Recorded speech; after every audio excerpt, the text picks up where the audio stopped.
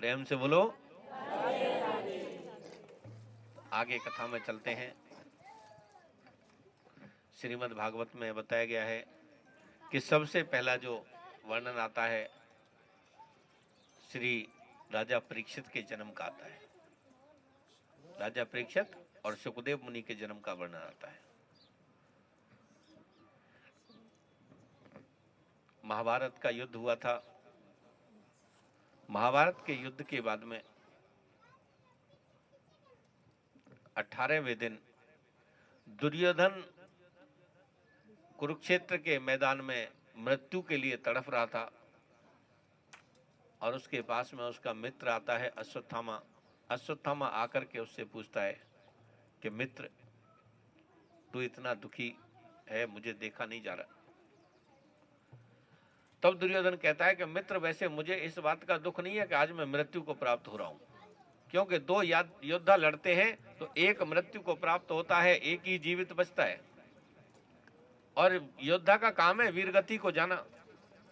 लेकिन मुझे दुख इस बात का है कि हम 100 भाई थे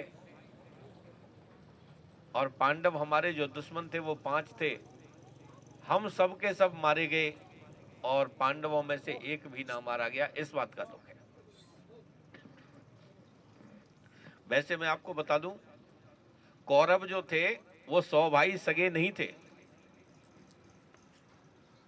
कौरव 99 ही थे सगे भाई। 100वां जो था वो धृतराष्ट्र का ही बेटा था, लेकिन दासी का पुत्र था जिसका नाम था युयुत्सु। और युयुत्सु ने कौरवों की तरफ से युद्ध नहीं लड़ा था, युयुत्सु पांडवों की तरफ से आकर के युद्ध लड़ा था और वो अकेला कौरवों में ऐसा था जो बचा था। तब कहा दुर्योधन ने, मुझे इस बात का दुख है।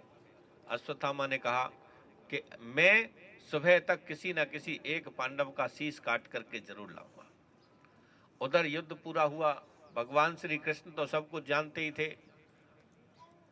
पांडव लौटना चाहते थे अपने शिविर में। भगवान श्री कृष्ण ने कहा कि नहीं, शिविर में नहीं चलना है, आज तो विजय मिली है तुम्हें, आज तो जश्न मनाते हैं, जंगल में चलते हैं।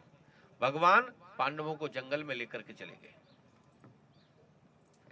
उधर अश्वत्थामा गया पांडवों के शिविर में। पांडवों के 5 बच्चे सोए हुए थे, उनके शीश काट करके ले आया, ला करके दुर्योधन के सामने रख दिए कि ले, मैंने आज तेरे दुश्मनों का खात्मा कर दिया। उस दिन पहली बार दुर्योधन को दुख हुआ। दुर्योधन ने कहा कि मित्र, तुमने क्या कर दिया, आज के बाद तो हमारे कुल में कोई दीपक जलाने के लिए भी नहीं बचा। पांडव तो वृद्ध हो चले थे और वही 5 संतान थी, और अब पांडव तुम्हें छोड़ेंगे नहीं। दूसरे दिन सुबह जैसे ही द्रौपदी को पता चला कि उसके 5 बच्चों को मार दिया गया है, द्रौपदी विलाप करती है। ये द्रौपदी की जो कहानी है ये बड़ी अलग कहानी है वैसे, क्योंकि द्रौपदी के ही एक शब्द के ऊपर इतनी बड़ी महाभारत हुई है। जब दुर्योधन पांडवों के महल में आया था, उसे जल की जगह थल और थल की जगह जल दिखाई देता था। वो जल समझ के नीचे गिर गया था।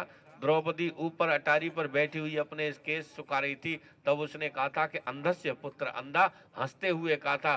दुर्योधन ने तभी सोच लिया था कि आज तक तो मैं अंधा नहीं था, लेकिन अब तुझे अंधा बन करके दिखाऊंगा। तो इसका तात्पर्य यह है कहने का कि हमें कभी भी जीवन में किसी के प्रति कोई कटु भाषा का प्रयोग नहीं करना चाहिए, किसी को गलत शब्द नहीं बोलने चाहिए। और कितने करोड़ों लोगों की मृत्यु हुई एक शब्द के कारण, एक हंसी के कारण।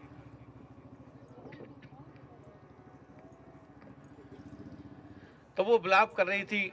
अर्जुन ने कहा कि मैं शपथ लेता हूं, तुम्हारे जो बेटों का हत्यारा है, शाम तक उसे ला करके तुम्हारे कदमों में डाल दूंगा। अर्जुन गया, भगवान श्री कृष्ण को साथ में लेकर के जाकर के अश्वत्थामा के साथ में युद्ध हुआ। अश्वत्थामा को बांध के लेकर के आ गया और महल में ला करके डाल दिया और द्रौपदी से कहा कि ये रहा तुम्हारे पुत्रों का हत्यारा। द्रौपदी आई तो द्रौपदी ने आकर के उसको साष्टांग दंडवत प्रणाम किया। सोचिए, जिसके 5 बेटों की हत्या सुबह जिसने की हो और उसको साष्टांग दंडवत प्रणाम करे। क्योंकि जो द्रौपदी थी ये चंडी का स्वरूप थी, चंडी का अवतार थी द्रौपदी, और द्रौपदी पंचकन्याओं में आती थी। जो हमारे शास्त्रों में पंचकन्याएं बताई गई हैं, पहली कुंती, द्रौपदी, रावण की पत्नी मंदोदरी, गौतम ऋषि की पत्नी अहिल्या और सुग्रीव की पत्नी तारावती, ये 5 पंचकन्याएं थी। और इनको इंद्र के द्वारा वरदान प्राप्त था जो हमेशा युवा रहती थी। कैसे जाने का समय हो गया क्या? धीरे धीरे धीरे धीरे।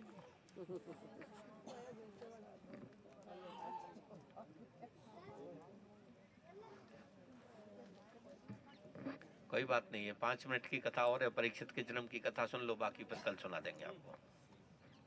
हमें पता है, इसलिए हमने सोच समझ के, हमारे प्रेम जी और कान जी और जो है किशन जी, इन सभी ने निर्णय लिया था कि महाराज कथा 1:15 बजे से रखो, जो 4:15 बजे तक नहीं 4:30 बजे तक ये घर पहुंच जाए, नहीं तो शाम को किसी का दूध वाला आएगा और किसी का कोई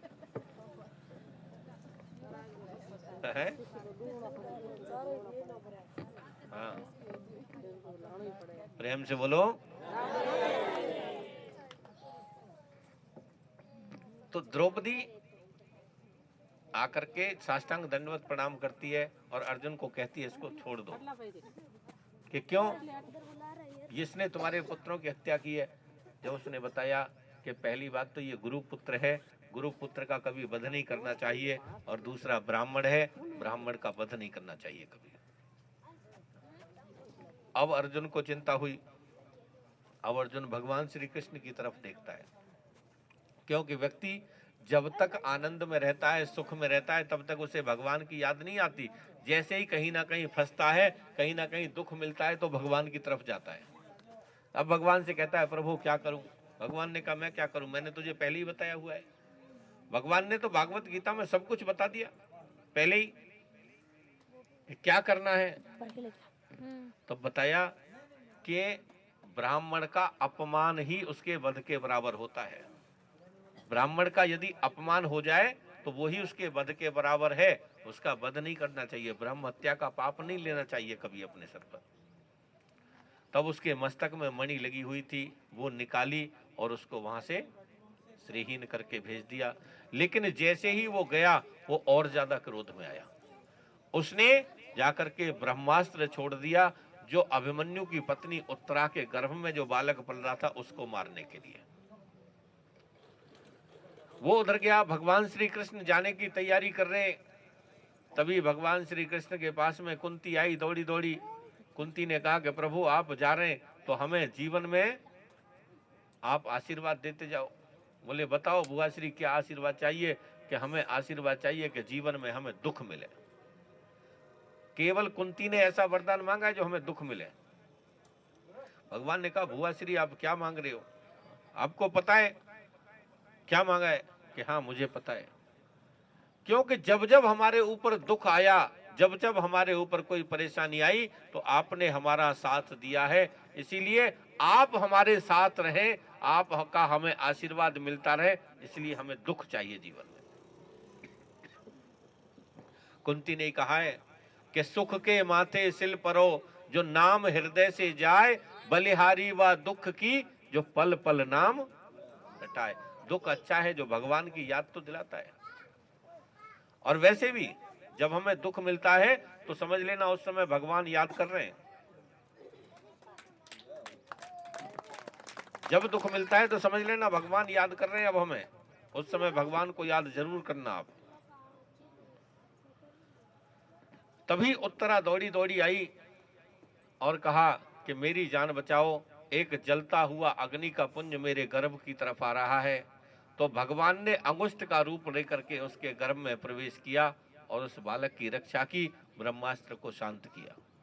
उस बालक का जन्म हुआ। जब उस बालक का जन्म हुआ तो उसका नाम रखा गया क्या? नहीं, परीक्षित उसका जन्म का नाम नहीं था। बालक का सबसे पहले जो नाम रखा गया था वो रखा था विष्णुरात।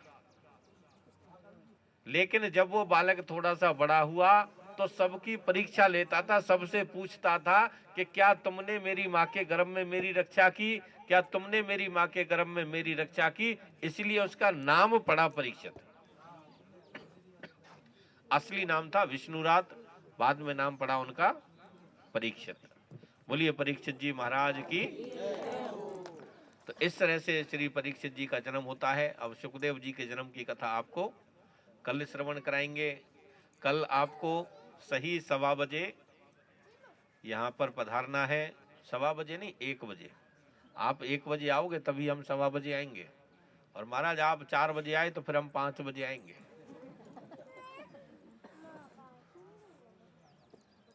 आपको 1:15 बजे आना है, 1 बजे आना है। 1 बजे हमारे संगीतकार बंधु यहाँ बैठ जाएंगे, आपको हनुमान चालीसा और अपने अच्छे अच्छे भजन श्रवण कराएंगे।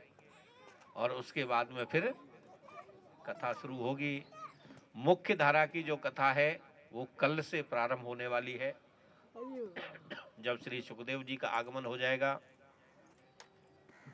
उसके लिए पुनः मैं आपको बता देना चाहता हूं कि यदि कोई किसी मनोकामना से कथा सुनना चाहे तो उनके पास अभी भी समय है कि वो अपना आसन घर से लेकर के आए। कल से परिक्रमा करें, ब्रह्मचर्य का पालन करें, कम भोजन करें, हो सके तो अल्पाहार करें या स्वल्पाहार करें या व्रत करें। क्रोध नहीं करना, जो मैंने आपको पहले बताया। और कथा को जाकर के चिंतन करना, मनन करना और उसके ऊपर विचार करना। परिक्रमा करने का विशेष महत्व होता है श्रीमद् भागवत जी की, ये ध्यान में रखना। और अब आप सभी इस कथा के आयोजक हैं। कोई एक आदमी आयोजक नहीं है, कोई ऐसा सोचे कि वो एक ही आयोजक है या वो ही। आप सभी इस कथा के आयोजक हैं। जो आपको लाखों रुपए खर्च करके कथा कराने का फल प्राप्त होता, वो आपकी स्वेच्छा से जो आप करोगे उसी में फल प्राप्त होने वाला है। महाराज हमारी तो इस टाइप की यहाँ कथा रहती है। और देखो ये ज्ञान गंगा है। हमारे यहाँ 2 तरह की गंगा जी हैं। एक तो गंगा जी वो जो बाबा भोलेनाथ की जटाओं से निकल करके ऋषिकेश हरिद्वार होते हुए गंगा सागर में जाकर के विलीन होती हैं, वो पापों का नाश करने वाली हैं। लेकिन उनके लिए वहां जाना पड़ेगा आपको, यहाँ से वहां जाना पड़ेगा। 1 दिन 2 दिन 3 दिन लगेंगे, खर्चा भी अच्छा खासा होगा, तब जाकर के पापों का नाश करके आओगे। और दूसरी ज्ञान गंगा जी ये हैं जो ये भी बाबा भोलेनाथ के मुख से निकली है। वो तो बाबा भोलेनाथ की जटाओं से निकली है, ये बाबा भोलेनाथ के मुख से निकली है। इसकी कथा कल आएगी। और बाबा भोलेनाथ के मुख से निकलते हुए और हमारे भगवान श्री कृष्ण के धाम श्री धाम वृंदावन से होते हुए आपके यहाँ बसंत विहार कॉलोनी में आपके पार्क में आपके आकर के आपको ज्ञान गंगा में स्वयं आकर के गोता लगवा रही है। तो इसमें गोता लगाना जरूरी है। खुद भी लगाएं और दूसरों को भी लगवाएं, प्रचार भी करें और सबको बुलाएं। कथा का बहुत बड़ा महत्व होता है। यदि आप अपना पैसा भी खर्च करके ना, अपना किराया भी खर्च करके किसी को यहाँ बुला लोगे, 7 दिन तक उसे घर से रोटी खिला दोगे, कहोगे कि यहाँ आकर के कोई तुम्हारे चाहे माता पिता भाई बंधु बहन भाभी, भाभी तो खैर कम ही अच्छी लगती हैं, बहन ही ज्यादा अच्छी लगती हैं।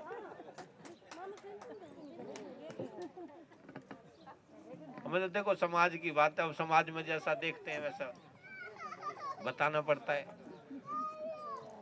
है कि नहीं। भैया 2 मिनट और बैठ जाओ, 2 मिनट का काम है बस। आरती होगी, आरती के बाद प्रसाद लेना चले जाना, 2 मिनट की बात और है। कोई बात नहीं, नीचे नहीं बैठा जा रहा, कुर्सी पे बैठ जाओ। कुर्सी इसीलिए मंगवाई है जिनको परेशानी होती है नीचे बैठने में। यदि आप अपना श्रम करके अपना किराए का पैसा भी खर्च करके दूसरे को कथा सुनवाते हो तो उसका भी फल आपको मिलेगा।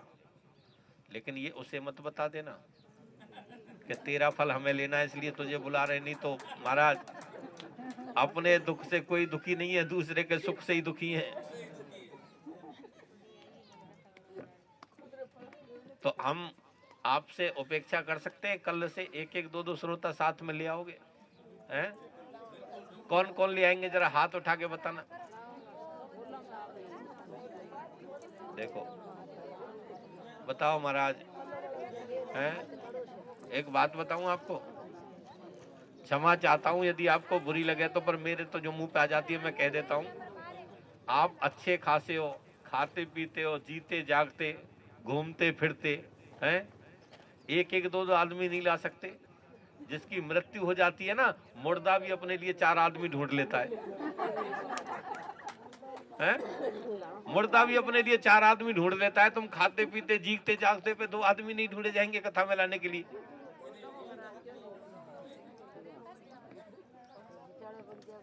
और वैसे आपको बता दूं, ये तो उसके भाग्य की बात है जो आए कोई ना आए, क्योंकि यहां तो सिर्फ वही आ सकता है जिसके ऊपर भगवान की कृपा होगी।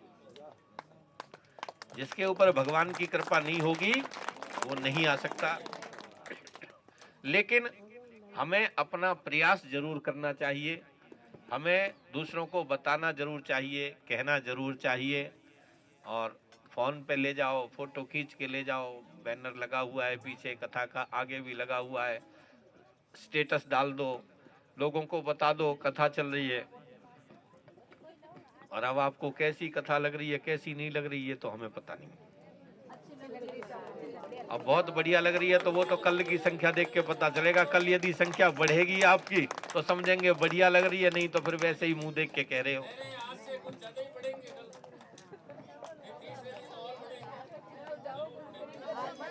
प्रेम से बोलो।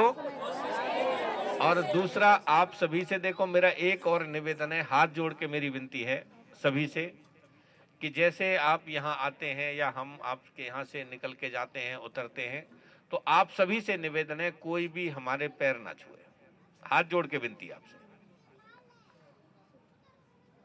हमारा जो मानना है, हमारा सिद्धांत ऐसा है कि हम जब अपने वहाँ वृंदावन में रहते हैं तो हम अपने माँ, अपनी बहन, अपनी बेटी से पैर नहीं छुआते, उल्टा हम उनके पैर छूते हैं।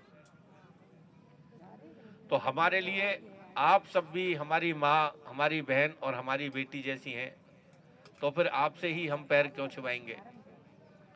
इसलिए दूर से ही अपना आशीर्वाद बनाए रखें बस। और पैरों की बात तो छोड़ो, हम तो ये प्रयास करते हैं कि कोई हमारे वस्त्रों से भी टच ना हो। तो इसलिए दूर से ही कृपया करके अपना आशीर्वाद बनाए रखें। और हमारे पास है भी कुछ नहीं, आप पैर छुओगे, अब पैर छुओगे तो आशीर्वाद भी देना पड़ता है, और आशीर्वाद के नाम पे हम खाली हैं, हमारे पास बचता ही क्या है?